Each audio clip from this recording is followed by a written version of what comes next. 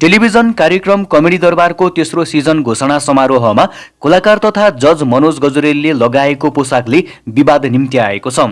कार्यक्रममा उनी पूर्व राजाको पहिरन झल्किने शैलीमा देखिएका थिए, जसको तस्विर सार्वजनिक भएसँगै सामाजिक सञ्जाल र विशेष गरी पूर्व राजावादी वृत्तमा प्रतिक्रिया देखिएको छ। विवाद चर्किएपछि गजुरेलले सामाजिक सञ्जाल मार्फत आधिकारिक रूपमा क्षमा याचना गरेका छन्।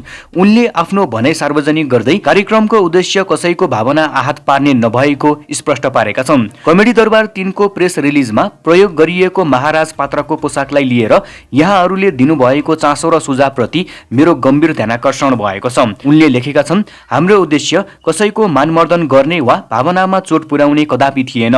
उनका अनुसार उक्त पोसाक कार्यक्रमको कथ्य अनुसार सृजना गरिएको काल्पनिक चरित्रको हिस्सा मात्र थियो, तर सार्वजनिक संवेदनशीलतालाई लिएर आफ्नो पक्षबाट कमजोरी भएको स्वीकार गर्दै उनले खुला हृदयले क्षमा मागेका छन्। गजुरेलले आगामी दिनमा सांस्कृतिक गरिमा, ऐतिहासिक विषय र राष्ट्रिय सम्पदासँग जोडिएका सन्दर्भमा थप जिम्मेवार र सचेत रहने प्रतिबद्धता पनि जनाएका छन्।